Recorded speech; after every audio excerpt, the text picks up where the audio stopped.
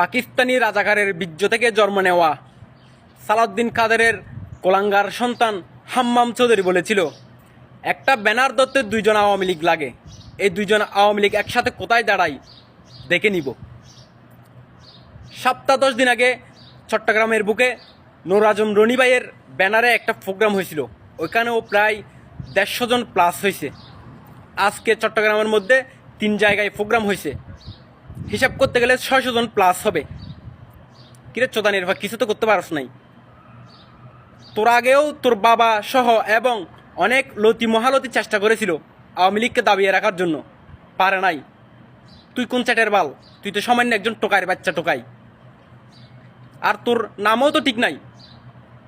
হাম্মাম হচ্ছে আরবি শব্দ, আর হাম্মামের বাংলা অর্থ হচ্ছে টয়লেট। তুই চ্যালেঞ্জ করছিলি দুইজন আওয়ামী লীগ কীভাবে একসাথে দাঁড়ায়, তার চেয়ে শতগুণ তোকে আমরা দেখিয়ে দিলাম। এখন আমি তোকে চ্যালেঞ্জ করতেছি, তুই কোলাঙ্গারের বাচ্চা কীভাবে ভবিষ্যতে চট্টগ্রামে থাকিস, চট্টগ্রামে বসবাস করিস, সেটাও আমরা দেখে নিব। রাজাকারের বাচ্চা, রাজাকার।